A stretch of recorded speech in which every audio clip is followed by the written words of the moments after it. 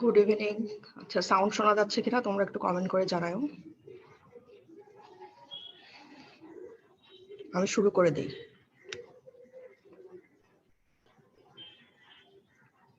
আগের দিন তো পড়া হয়েছিল, মনে আছে যে হোমিওস্ট্যাসিস ফার্স্ট দুইটা আইটেম যেটা, এবং সেল। তো আজকে পড়বো হচ্ছে সেল মেমব্রেন ট্রান্সপোর্ট। দুটা সেলের মধ্যে কিভাবে ট্রান্সপোর্ট হয় সেটাই।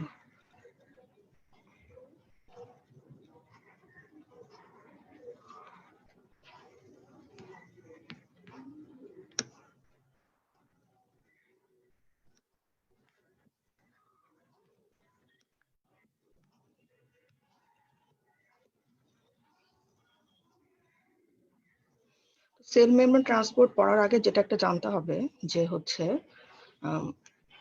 যদি ডেফিনেশন আমরা বলি যে সেল মেমব্রেন ট্রান্সপোর্টটা কি জিনিস, ইট ইজ দ্য বায়োফিজিও, যদি আমরা মেডিকেলের ভাষায় বলি যে biophysiochemical phenomenon by which substances are transported through the cell membrane from inside to outside or vice versa. মানে হয় ভিতর থেকে বাইরে আসবে কোনো সাবস্টেন্স, অথবা বাইরে থেকে ভিতরে আসবে, সেলের ভিতর থেকে বাইরে অথবা বাইরে থেকে সেলের ভিতরে ঢুকবে, সেটাই হচ্ছে সেল মেমব্রেন ট্রান্সপোর্ট।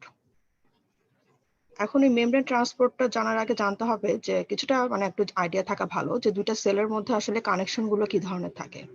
ঠিক আছে, যেহেতু আমরা সেলের মধ্যে কোনো জিনিস ঢুকাবো বা সেল থেকে কোনো জিনিস বের করব, সেই জন্য জানতে হবে যে সেলের মধ্যে কি ধরনের কানেকশন থাকে। সেলের মধ্যে মেইনলি টু টাইপের কানেকশন থাকে, মানে জাংশন যদি আমরা বলি, একটা হচ্ছে টাইট জাংশন আর একটা হচ্ছে গ্যাপ জাংশন। টাইট জাংশন মানে বুঝতে পারতেছো যে একদম টাইট থাকবে, যেখান দিয়ে কোনো কমিউনিকেশন একটু ডিফিকাল্ট হবে।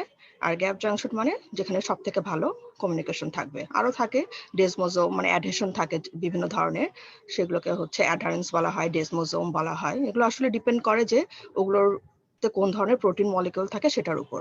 মেইনলি হচ্ছে tight junction and gap junction. তো এটা জানা জরুরি যে পরে যখন তোমরা বিভিন্ন সিস্টেম পড়বা তখন আসবে ইভেনচুয়ালি যে কোথায় টাইট জাংশন থাকতেছে, যার কারণে সেখানে আমাদের কমিউনিকেশন কম হয়, আর কোন অর্গানে বা কোন টিস্যুতে গ্যাপ জাংশন থাকে যেখানে আমাদের কমিউনিকেশনটা বেশি হচ্ছে। ঠিক আছে, তো এটা সম্পর্কে জাস্ট একটা আইডিয়া। অনেক সময় জিজ্ঞাসা করে যে গ্যাপ জাংশন কি বা টাইট জাংশন কি, তেমন একটা জিজ্ঞাসা করে না। এটা জানার জন্য যে ইন্টারসেলুলার কানেকশনটা কি, দুইটা সেলের মধ্যে কিভাবে আসলে কানেকশন থাকে। তারপর আমরা এখন চলে যাই সরাসরি মেমব্রেন ট্রান্সপোর্টে। প্রথমেই যেটা তোমাদের পড়তে হয়, খুবই জানতে হবে যে ক্লাসিফাই মেমব্রেন ট্রান্সপোর্ট সিস্টেম। এটা রিটেনেও আসে, ভাইবাতেও জিজ্ঞাসা করে যে মেমব্রেন ট্রান্সপোর্ট যে মেকানিজম সেটাকে আমরা কিভাবে ক্লাসিফাই করি। প্রথমে হচ্ছে মলিকিউল অনুযায়ী, একটা হচ্ছে মাইক্রো মানে ছোট ছোট মলিকিউলের জন্য, আর একটা হচ্ছে ম্যাক্রো মলিকিউল যেগুলো একটু বড় সাইজ মলিকিউল যেগুলো, সেগুলোর জন্য। মেইনলি মাইক্রো মলিকিউলটাই তোমাদের লাগবে।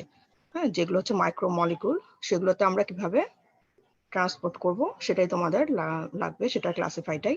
তো সেটাকে মেইনলি দুই ভাগে ভাগ করা হয়, একটা হচ্ছে অ্যাক্টিভ ট্রান্সপোর্ট, একটা প্যাসিভ ট্রান্সপোর্ট। অ্যাক্টিভ ট্রান্সপোর্ট আবার দুই রকম, primary active, secondary active. Secondary active দুই রকম, কো ট্রান্সপোর্ট, কাউন্টার ট্রান্সপোর্ট। আর প্যাসিভ হচ্ছে অসমোসিস, ডিফিউশন, ডিফিউশন হচ্ছে সিম্পল আর ফ্যাসিলিটেড। আমি এটা এখানে খুব তাড়াতাড়ি বললাম কারণ পরে আমরা ইন্ডিভিজুয়ালি সবগুলা ডিটেলস পড়বো, ওই জন্য এখানে তাড়াতাড়ি বলে গেলাম আর কি। প্যাসিভ ট্রান্সপোর্ট দিয়ে শুরু করি। এখানে জাস্ট একটা ফিগার। এখানে হচ্ছে প্যাসিভ ট্রান্সপোর্টে যেটা বলছিলাম যে একটা হচ্ছে ডিফিউশন আর একটা হচ্ছে অসমোসিস। ডিফিউশন আবার দুই রকম, সিম্পল ডিফিউশন আর ফ্যাসিলিটেড ডিফিউশন। ফিগারটা একটা জাস্ট দেখানোর জন্য। এখন আসো ডিটেলসে যে হোয়াট ইজ ডিফিউশন। ডিফিউশন কি জিনিস? ডিফিউশন তোমরা আগেও পড়ছো, এগুলো হচ্ছে ইন্টারমিডিয়েট লেভেলের পড়া। এখানে জাস্ট একটু মেডিকেলের ভাষায় যেটা জানতে হবে যে ডিফিউশন আমাদের বডির কোথায় কোথায় হয় বা এটার ইম্পর্টেন্সটা কি ফিজিওলজিতে আমাদের যেটা জানা দরকার। মেমব্রেন ট্রান্সপোর্টের প্রতিটা অংশের জন্য যেটা ইম্পর্টেন্ট যে সবগুলোর এক্সাম্পল জানতে হবে। সবগুলোর এক্সাম্পল এত সোজা, কিন্তু পরীক্ষার সময় দেখো তোমরা বেশিরভাগই কেন জানি এই ডিফিউশন আর অসমোসিসের এক্সাম্পল যখন জিজ্ঞাসা করা হয় যে আমাদের বডির কোথায় হয়, তোমরা বলতে পারো না। জানি না কেন এটা করো তোমরা। আচ্ছা ঠিক আছে, তাহলে আসো হোয়াট ইজ ডিফিউশন। তাহলে ডিফিউশনের যদি ডেফিনেশন বলি কি, যে movement of molecules from an area of high concentration to a area of low concentration. ঠিক আছে, মলিকিউল এখানে কিসের মুভমেন্ট হবে? সলিউট পার্টিকলস মানে মলিকিউলের মুভমেন্ট হবে। কোথায় থেকে? তার হায়ার কনসেন্ট্রেশন থেকে লোয়ার কনসেন্ট্রেশন। ডিফিউশনের এক্সাম্পল এটা হচ্ছে বলতে পারো সিম্পল। আরেকটা যেটা বললাম যে সিম্পল ডিফিউশন যেটা, সেটা ডেফিনেশন এটাই যে movement of molecules from an area of higher concentration to an area of lower concentration without help of any carrier protein. তাহলে সেটা হচ্ছে সিম্পল ডিফিউশন। আর এটার এক্সাম্পল আমাদের বডিতে যেটা সব থেকে বেশি জরুরি, exchange of oxygen and carbon dioxide between lungs and tissue. এই এক্সাম্পল কখনোই ভুল করা যাবে না যে সিম্পল ডিফিউশনের এক্সাম্পল কি? exchange of oxygen and carbon dioxide between lungs and tissue. আচ্ছা, এটা গেল হচ্ছে সিম্পল ডিফিউশন। আর ফ্যাসিলিটেড ডিফিউশন কি? একই জিনিস, সেম জিনিস, একই হবে। হায়ার মলিকিউলের মুভমেন্ট হবে from higher concentration to lower concentration, কিন্তু একটাই ডিফারেন্স, যেখানে একটা ক্যারিয়ার প্রোটিন থাকবে with the help of a carrier protein. ঠিক আছে, একটাই ডিফারেন্স, যেখানে একটা ক্যারিয়ার প্রোটিন থাকবে। এক্সাম্পল কি? Diffusion of glucose. তাহলে যে দেখো আগের যে ফিগারটা দেখাইছিলাম, এই যে হ্যাঁ, এটা হচ্ছে সেলের বাইরে আউটসাইড, এটা হচ্ছে ইনসাইড। মলিকুল দেখতে পাচ্ছ এখানে হায়ার কনসেন্ট্রেশন আছে, এখানে লোয়ার কনসেন্ট্রেশন। সরাসরি কি হচ্ছে, হায়ার কনসেন্ট্রেশন থেকে যে প্লাজমা মেমব্রেন দিয়ে সরাসরি লোয়ার কনসেন্ট্রেশনে চলে আসতেছে। এটা হচ্ছে তাহলে কি? Simple diffusion. আর এই যে দেখো এখানে পরেরটা, এই যে এখানে হায়ার কনসেন্ট্রেশন, এখানে লোয়ার কনসেন্ট্রেশন, এখানে যেটা মাঝখানে এটা কি? এটা হচ্ছে ক্যারিয়ার প্রোটিন। এটার মধ্য দিয়ে যখন হায়ার থেকে লোয়ার কনসেন্ট্রেশনে আসতেছে তখনই হচ্ছে সেটা ফ্যাসিলিটেড ডিফিউশন। ঠিক আছে।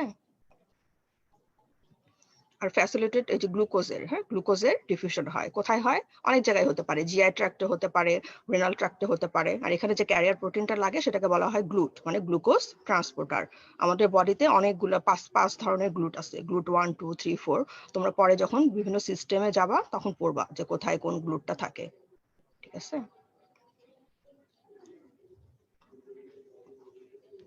তো ডিফিউশন অফ গ্লুকোজ যদি জিজ্ঞাসা করে যে কোথায় হয়, তাহলে কি বলবা? যে জিআই ট্র্যাক্টে হতে পারে, তারপর কিডনিতে মানে রেনাল ট্র্যাক্টে হতে পারে।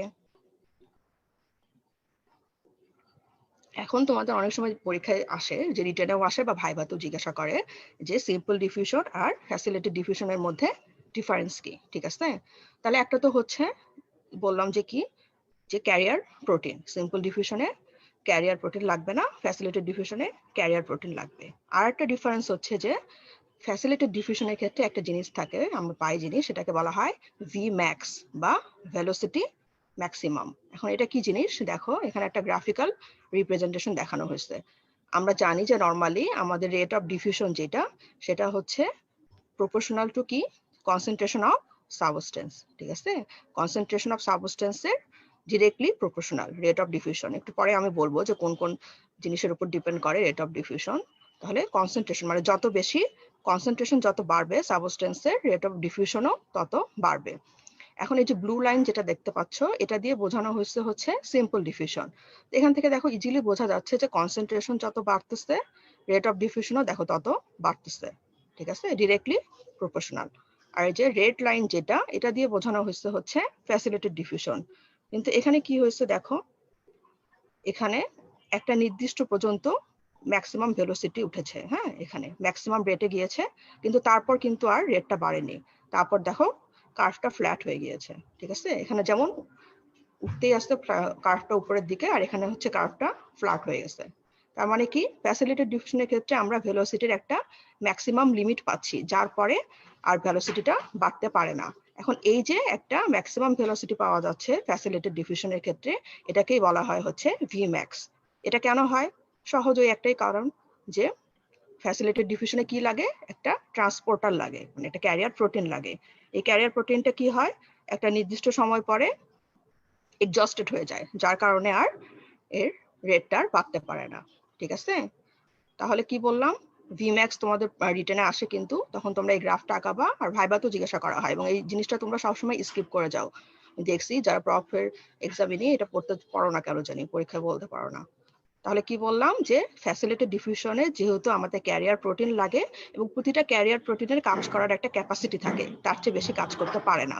যখন সেই পিকে চলে যায় ক্যাপাসিটিটার, তারপরে আর ডিফিউশনের রেটটা বাড়তে পারে না।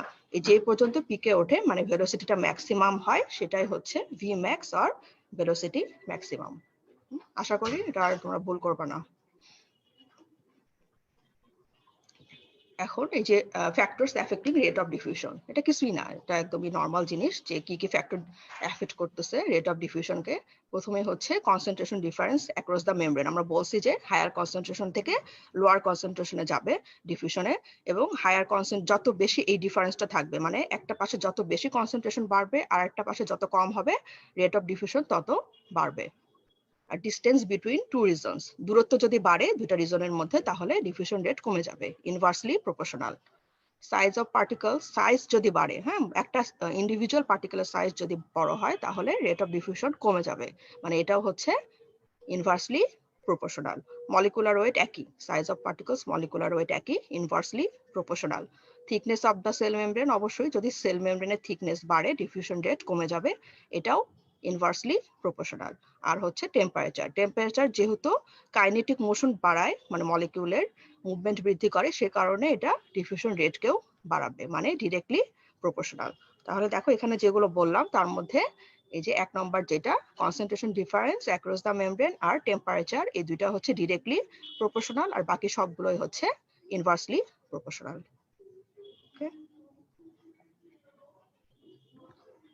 তাহলে ডিফিউশন শেষ, এখন আসা হচ্ছে অসমোসিস।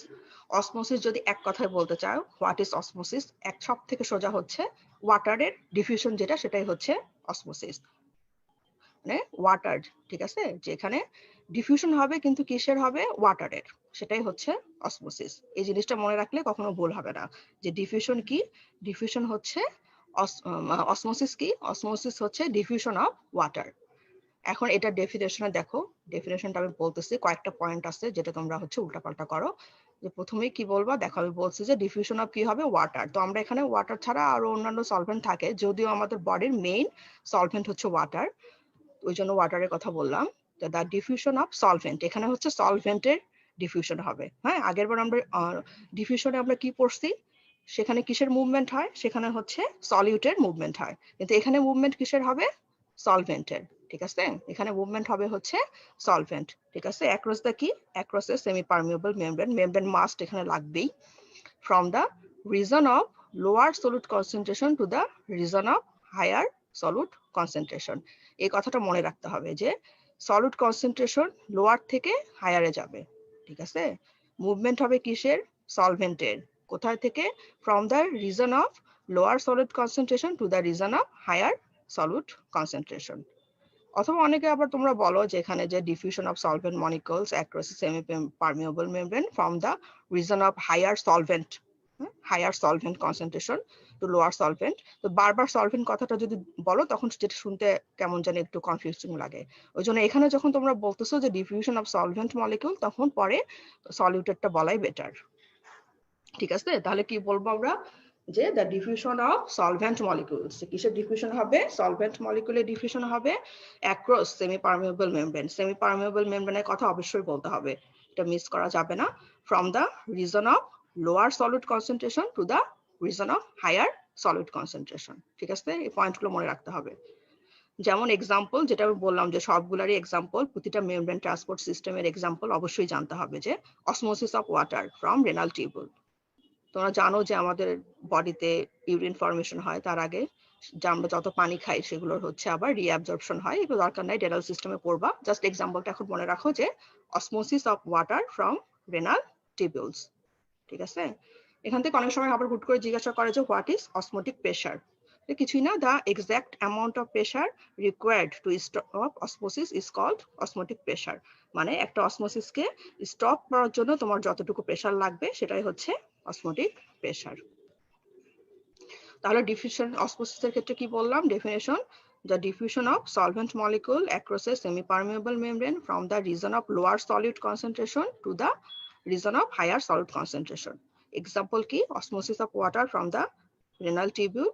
আর osmotic pressure এর কথা বলছি যে the exact amount of pressure required to stop osmosis is called the osmotic pressure। ঠিক আছে, এখন অসমোসিস থেকে তোমাদের একটা কোশ্চেন খুব আসে, পরীক্ষাতে জিজ্ঞাসা করা হয়, এটা পোস্ট গ্রাজুয়েশনের কোশ্চেনেও আসে। ঠিক আছে, যেটা আমি আমার নিজের পোস্ট গ্রাজুয়েশনের পরীক্ষায় ভুল করে আসছিলাম, যে সেটা হচ্ছে কি যে প্লাজমার অসমোলারিটি কত। ঠিক আছে, আমাদের সেলটা তো থাকে হচ্ছে প্লাজমার মধ্যে, তো প্লাজমার যেটা অসমোলারিটি সেটাকে বলা হয় হচ্ছে আইসোটোনিক সলিউশন। ঠিক আছে, আর যদি প্লাজমার চেয়ে কোনো সলিউশনের অসমোলারিটি বেশি হয় সেটাকে বলা হয় হচ্ছে হাইপারটনিক সলিউশন।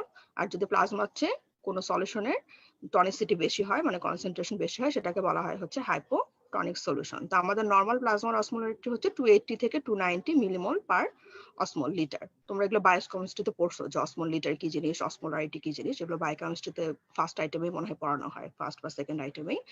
তো এখান থেকে যে কোশ্চেনটা আসে যে একটা সেলকে যদি আমরা বের করে আইসোটোনিক সলিউশন মানে যে সলিউশনটার অসমোলারিটি সেম অ্যাজ প্লাজমা সেখানে রাখলে কি হবে, হাইপোটনিক সলিউশনে রাখলে কি হবে, হাইপারটনিক সলিউশনে রাখলে কি হবে।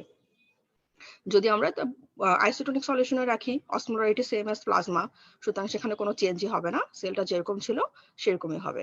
আর যদি আমরা হাইপোটনিক সলিউশনে রাখি, হ্যাঁ, হাইপোটনিক মানে কি, হাইপোটনিক মানে প্লাজমার চাইতে সেখানে কনসেন্ট্রেশনটা কম, তাহলে কি হবে এখানে বলো, সেলটা যদি আমরা হাইপোটনিক সলিউশনে রাখি তাহলে কি হবে, সেলের মধ্যে কনসেন্ট্রেশন বেশি কিন্তু আমরা যে সলিউশনে রাখছি সেটার হচ্ছে কনসেন্ট্রেশন কম। তাহলে কি হবে, ওয়াটার কোথা থেকে কোথায় মুভমেন্ট করবে, আমরা কি বলছিলাম যে lower concentration of solute to higher concentration, তার মানে ওই আমরা যে সলিউশনে রাখছি সেখান থেকে ওয়াটার সেলের মধ্যে এন্টার করবে, তখন সেলটা কি হবে, সুয়েল হয়ে রাপচার হয়ে যাবে। আর হাইপারটনিক সলিউশনে যদি রাখি তাহলে উল্টাটা হবে, তখন সেল থেকে ওয়াটার সলিউশনে চলে আসবে, তখন সেলটা শ্রিঙ্ক হয়ে যাবে। ঠিক আছে, এই কোশ্চেনটা আমি যেটা বললাম যে পোস্ট গ্রাজুয়েশনে আসে এবং আমি আমার নিজের যে পোস্ট গ্রাজুয়েশনের এন্ট্রান্স পরীক্ষা সেখানে এটা ভুল করে আসছিলাম। তোমরা যদি একটু চিন্তা করো তাহলে কখনো ভুল করবা না। অসমোসিস শেষ, নেক্সট আসা হচ্ছে আমরা এটা গেল হচ্ছে প্যাসিভ ট্রান্সপোর্ট বললাম আমরা, তাই না, প্যাসিভ ট্রান্সপোর্টের মধ্যে ছিল হচ্ছে ডিফিউশন আর অসমোসিস। এখন আসা হচ্ছে চলে আসি আমরা অ্যাক্টিভ ট্রান্সপোর্ট। প্রথমে হচ্ছে জানতে হবে যে অ্যাক্টিভ ট্রান্সপোর্টটা কি জিনিস, হ্যাঁ, এটা ডেফিনেশনটা কি, the movement of substance across the cell membrane কি, অবশ্যই এখানে সেমি পারমিয়েবল মেমব্রেন লাগবে, তারপর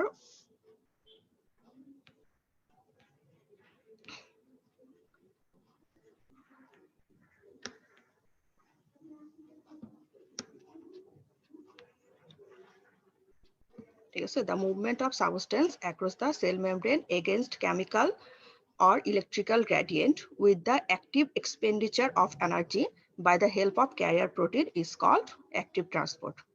এখানে অনেকগুলো কথা বলে ফেলছি, দেখো কি কি পয়েন্ট মনে রাখতে হবে, যে একটা হচ্ছে অ্যাক্রস দ্য সেল মেমব্রেন মানে সেল মেমব্রেন ব্যারিয়ার থাকতে হবে, এগেইনস্ট, এগেইনস্ট কিসের, chemical or electrical gradient, chemical মানে কনসেন্ট্রেশন গ্রেডিয়েন্ট, কনসেন্ট্রেশন গ্রেডিয়েন্ট আর কেমিক্যাল গ্রেডিয়েন্ট একই জিনিস। আর ইলেকট্রিক্যাল গ্রেডিয়েন্ট মানে হচ্ছে ইলেকট্রিক্যাল, এক পাশে পজিটিভ বেশি নেগেটিভ আছে, দুই পাশে সমান থাকতে হবে, পজিটিভ আর নেগেটিভ সেলের দুই পাশে সমান করতে হবে, সেটাই হচ্ছে ইলেকট্রিক্যাল গ্রেডিয়েন্ট। তাহলে movement of substance across the cell membrane against chemical or electrical gradient with the active expenditure of energy, হ্যাঁ, সাথে কি করতে হবে, এনার্জি প্রডিউস করতে হবে এবং ক্যারিয়ার প্রোটিনের হেল্প লাগবে, by the help of carrier protein is called active transport.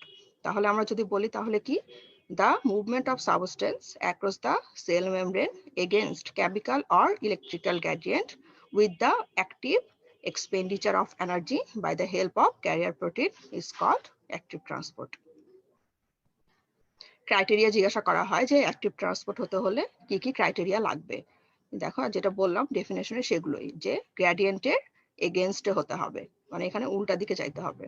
তারপর মেমব্রেন অবশ্যই লাগবে, এনার্জি লাগবে, ক্যারিয়ার প্রোটিন লাগবে। এগুলো হচ্ছে ক্রাইটেরিয়া, অ্যাক্টিভ ট্রান্সপোর্টের ক্রাইটেরিয়া।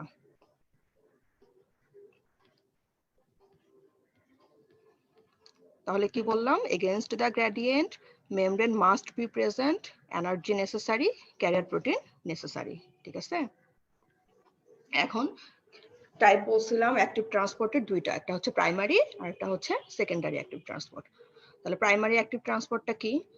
তাহলে দেখো একই প্রথম দিকেই, the movement of substance across the cell membrane against chemical or electrical gradient with active expenditure of energy which is derived from ATP or some other high energy phosphate by the help of carrier protein is called primary active transport।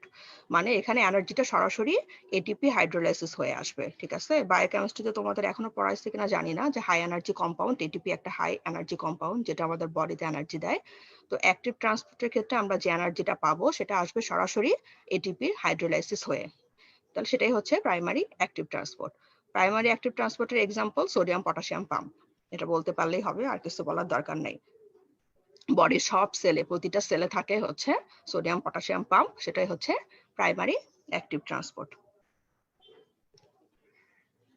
এই দেখো একটা sodium potassium পাম্পের ছবি।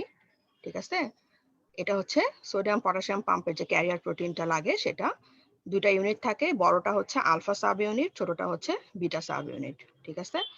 এখন beta sub ইউনিটটা কোনো কাজে লাগে না, এটা এমনি, এটা বাদ দাও, এটা ভুলে যাও। আর এটা হচ্ছে আলফা সাব ইউনিটটা হচ্ছে মেইন। কি থাকে এখানে দেখো, এটা হচ্ছে সেলের আউটসাইড, এটা হচ্ছে সেলের ইনসাইড। হ্যাঁ, সেলের ইনসাইডে সোডিয়ামের জন্য তিনটা সোডিয়াম আয়ন বাইন্ড হওয়ার জন্য বাইন্ডিং সাইট থাকবে। ঠিক আছে? এটিপিএস এনজাইমের জন্য একটা সাইট থাকে। আর সেলের আউটসাইডে হচ্ছে দুইটা পটাশিয়াম আয়ন বাইন্ড হওয়ার জন্য একটা বাইন্ডিং সাইট থাকে।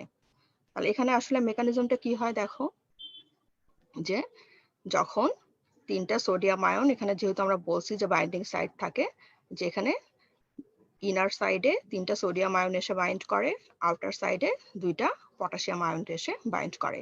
আর এখানে তখন কি হয়, এই যে এটিপি আছে, যে এটিপিটা এটিপিএস এনজাইম দ্বারা ভেঙে যায়, ব্রেকডাউন হয়ে কি তৈরি করে, এডিপি তৈরি করে, আর হচ্ছে ইনঅর্গানিক ফসফেট। এবং এই যে এটিপি হাইড্রোলাইসিস হয়ে এডিপি আর ইনঅর্গানিক ফসফেট তৈরি করতেছে, তখন একটা হিউজ পরিমাণ এনার্জি রিলিজ হয়। সেই এনার্জি আর সাথে এই ইনঅর্গানিক ফসফেট মিলে কি তৈরি করবে, এই যে এই ক্যারিয়ার প্রোটিনে একটা কনফ্রন্টেশনাল চেঞ্জ করবে। হ্যাঁ, একটা হিউজ চেঞ্জ করবে। এই যে চেঞ্জটা হবে, এই চেঞ্জের কারণে তখন কি করবে, এই যে তিনটা সোডিয়াম আয়নকে সেলের বাইরে নিয়ে যাবে, আর দুইটা পটাশিয়াম আয়নকে কি করবে, সেলের ভিতরে ঢুকাই দিবে। ঠিক আছে? তাহলে সোডিয়াম পটাশিয়াম পাম্প কি করে, তিনটা সোডিয়াম আয়নকে সেলের বাইরে নিয়ে যায় আর দুইটা পটাশিয়াম আয়নকে সেলের ভিতরে ঢুকাই দেয়। হ্যাঁ, তাহলে আমরা নর্মালি কি জানি, যে সোডিয়াম কনসেন্ট্রেশন সেলের বাইরেই বেশি থাকে, তাই না? তাহলে উল্টাটা হওয়া উচিত ছিল, যে সোডিয়াম সেলের বাইরে থেকে ভিতরে ঢুকবে, যেহেতু কনসেন্ট্রেশন গ্রেডিয়েন্ট। কিন্তু আমরা তো যেহেতু অ্যাক্টিভ ট্রান্সপোর্ট বলছি, তার মানে এগেইনস্ট দা গ্রেডিয়েন্ট হবে। এই জন্য সেলের ভিতর থেকে সোডিয়াম বাইরে যাচ্ছে আর পটাশিয়াম হচ্ছে সেলের ভিতরেই ঢুকতেছে, মানে যেখানে যেটা কনসেন্ট্রেশন বেশি সেটা সেখানেই যাচ্ছে। ঠিক আছে? কারণ এটা অ্যাক্টিভ ট্রান্সপোর্ট, কারণ এগেইনস্ট দা গ্রেডিয়েন্ট হবে।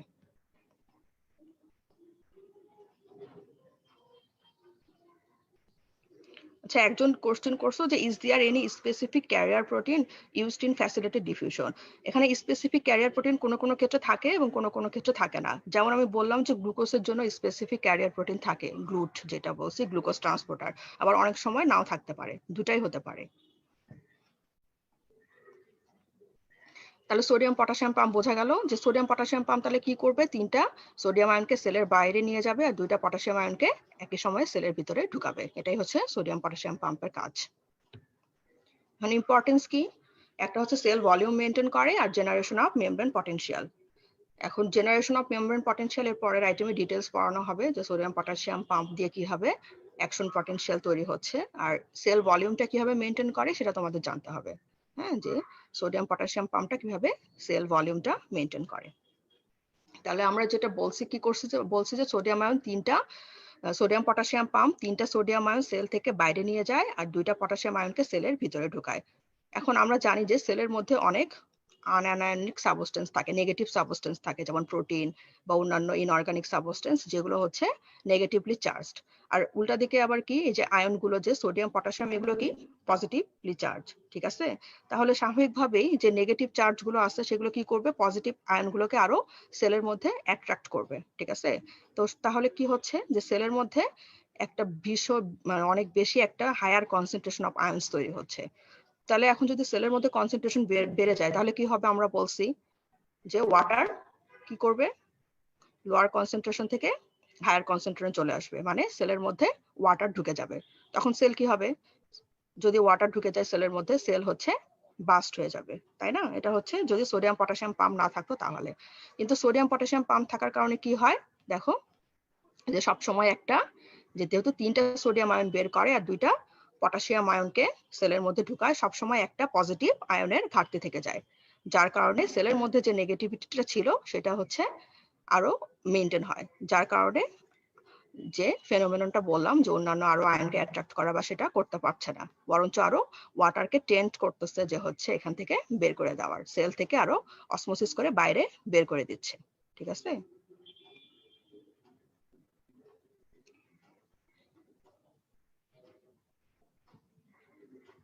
তাহলে এটা গেল হচ্ছে প্রাইমারি অ্যাক্টিভ ট্রান্সপোর্ট। তাহলে এখান থেকে কি কি পড়তে হবে আরেকবার বলে দিই, যে ডেফিনেশন পড়তে হবে, যে অ্যাক্টিভ ট্রান্সপোর্ট কাকে বলে, অ্যাক্টিভ ট্রান্সপোর্টের ক্রাইটেরিয়া কি কি, প্রাইমারি অ্যাক্টিভ ট্রান্সপোর্ট কাকে বলে, এক্সাম্পল কি, আর সোডিয়াম পটাশিয়াম পাম্পটা কিভাবে কাজ করে। সোডিয়াম পটাশিয়াম পাম্প থেকে কোশ্চেন জিজ্ঞাসা করে, রিটেনেও অনেক সময় শর্ট নোট আসে, ওই জন্য সোডিয়াম পটাশিয়াম পাম্পটাও জানতে হবে। আর সোডিয়াম পটাশিয়াম পাম্পের ইম্পর্টেন্স কি, এখান থেকে অনেক সময় জিজ্ঞাসা করে যে কিভাবে সেল ভলিউমটা কন্ট্রোল করে সোডিয়াম পটাশিয়াম পাম্প।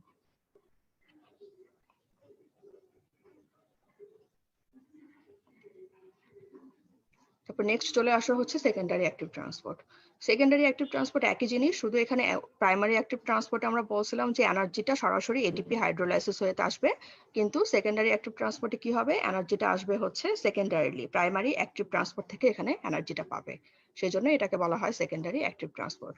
তাহলে কি, the movement of substances across the cell membrane against chemical or electrical gradient with the energy which is derived secondarily from primary active transport by the help of carrier protein is called secondary active transport.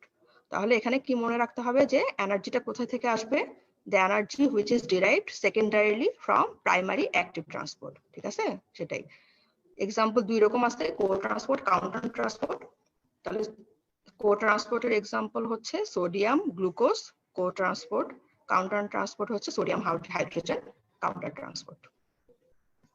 এখন primary যদি আমরা মেকানিজমে যাই secondary active ট্রান্সপোর্টে, তো primary active ট্রান্সপোর্টে দেখো sodium potassium pump কি করছিল, যে sodium সেলের বাইরে বেশি, সোডিয়ামকে সেলের বাইরে নিয়ে গেছে, পটাশিয়াম সেলের ভিতরে বেশি, পটাশিয়ামকে সেলের ভিতরে নিয়ে আসছে, যার কারণে কি হয়েছে, একটা যে নর্মালি যে সেলের বাইরে একটা অনেক বেশি সোডিয়ামের একটা গ্রেডিয়েন্ট তৈরি হয়েছে ভিতর থেকে বাইরে, যে সবসময় সোডিয়াম সেলের বাইরে অনেক বেশি বেড়ে গেছে এবং সোডিয়াম একটা হিউজ এনার্জি দিয়ে সবসময় অনেক ফোর্সফুলি চেষ্টা করবে হচ্ছে সেলের ভিতরে ঢোকার, ঠিক আছে? সেই গ্রেডিয়েন্টের কারণে যে সেলের বাইরে হিউজ কনসেন্ট্রেশন অফ সোডিয়াম, সেটা সবসময় টেন্ড করবে কি, যে অনেক বেশি ফোর্স দিয়ে সেলের ভিতরে ঢোকার চেষ্টা করবে।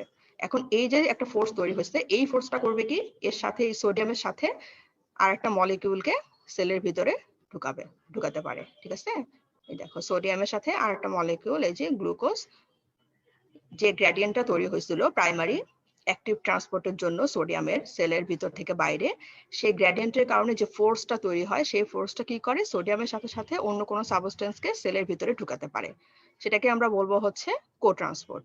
আবার উল্টাটাও হতে পারে, যে সেই ফোর্সটা দিয়ে সোডিয়াম সেলের ভিতরে ঢুকতেছে কিন্তু অন্য একটা সাবস্টেন্সকে সেলের ভিতর থেকে সেল থেকে বের করে দিচ্ছে, তখন সেটাকে বলা হবে হচ্ছে কাউন্টার ট্রান্সপোর্ট। হ্যাঁ, তাহলে এখানে কি মনে রাখতে হবে, সেকেন্ডারি অ্যাক্টিভ ট্রান্সপোর্টে যে আমরা এনার্জিটা কোথায় থেকে পাচ্ছি, ওই যে প্রাইমারি ট্রান্সপোর্ট মানে সোডিয়াম পটাশিয়াম পাম্প থেকে যে সোডিয়ামের একটা গ্রেডিয়েন্ট তৈরি হয়েছিল সেলের আউটসাইড থেকে ইনসাইডে, মানে আউটসাইডে সেলের সোডিয়ামের কনসেন্ট্রেশন অনেক বেশি বেড়ে গেছিল, সেটা সবসময় টেন্ড একটা অনেক বেশি ফোর্স দিয়ে সেলের ভিতরে ঢোকার চেষ্টা করে, এবং সেই ফোর্সটাই অন্য একটা সাবস্টেন্সকে হয় সেলের ভিতরে ঢুকাবে অথবা সেল থেকে ভিতর থেকে বাইরে নিয়ে যাবে। যদি একই সাথে সোডিয়ামের সাথে যদি ভিতরে ঢোকে তাহলে কো ট্রান্সপোর্ট, আর যদি সেলের ভিতর থেকে বাইরে নিয়ে যায় তাহলে হচ্ছে কাউন্টার ট্রান্সপোর্ট। ঠিক আছে, এক্সাম্পল তো বলেই দিছি যে গ্লুকোজের হচ্ছে কো ট্রান্সপোর্ট হয়, হাইড্রোজেন বা ক্যালসিয়ামের হচ্ছে কাউন্টার ট্রান্সপোর্ট হয়।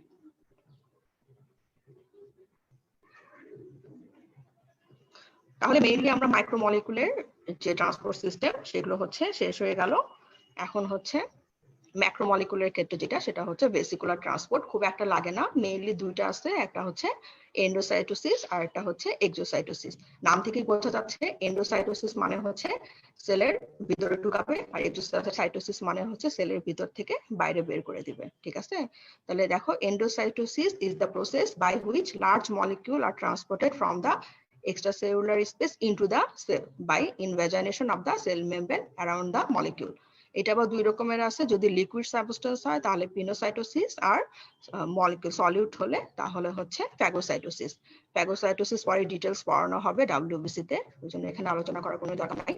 আর এক্সোসাইটোসিসটা কি, সেলের ভিতর থেকে বের করে দিবে। তাহলে exocytosis is the process by which large molecules are released to the exterior of the cell following fusion of vesicle with the cell membrane. আর এই এক্সোসাইটোসিস থেকে কি বের হয়, হরমোন এন্ড নিউরোট্রান্সমিটার। এক্সাম্পল যদি আমরা বলি, hormone and neurotransmitter release are example of exocytosis. অনেক সময় ডেফিনিশনটা জিজ্ঞাসা করে, আর তেমন কিছু জিজ্ঞাসা করে না এখান থেকে। আর ফ্যাগোসাইটোসিস তো ডিটেইলস পড়তে হবে পরে ডব্লিউবিসি তে। তাহলে মেমব্রেন ট্রান্সপোর্ট সিস্টেম হচ্ছে এতটুকুই। আর এখান থেকে তোমাদেরকে যেটা আরেকটা যেটা তোমাদের রিটেনে আসে, যে সবগুলোর মধ্যে ডিফারেন্স আসে, ডিফারেন্স লিখতে পারে, যে difference between passive transport and active transport, difference between simple diffusion, facilitated diffusion, difference between primary active transport and facilitated diffusion, difference between primary and secondary active transport, এই ডিফারেন্স গুলো আসে। তো তোমরা যতটুকু এই যে বললাম আলোচনা, এখান থেকে তোমরা ডিফারেন্স গুলো লিখতে পারবা, আর আলাদা করে পড়ার কিছু নাই, এতটুকু পারলে এখান থেকে এমনিতে লিখতে পারবা। আরেকবার হচ্ছে আমি জাস্ট বলতে চাই আজকে কি পড়ানো হলো। প্রথমে হচ্ছে মেমব্রেন ট্রান্সপোর্টটা কি জিনিস, যে কি করতে হবে, হয় সেলের ভিতরে আমরা কোনো জিনিস ঢুকাবো বা সেল থেকে কোনো জিনিস বের করে দেবো। ঠিক আছে, তারপর ইন্টারসেলুলার কানেকশন, ট্রান্সপোর্টের জন্য আমাদের জানা দরকার যে সেলের কোথায় কোন ধরনের কানেকশন আছে। ঠিক আছে, আর টাইপ, টাইপ পারবো না বলে অনেকবার করে বলে ফেলছি।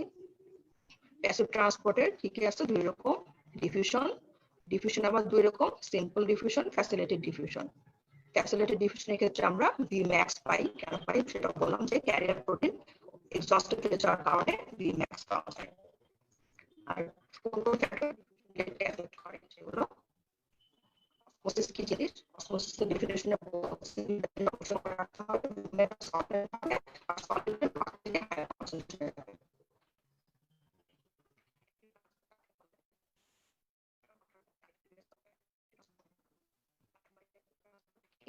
সোডিয়াম পটাশিয়াম জিনিস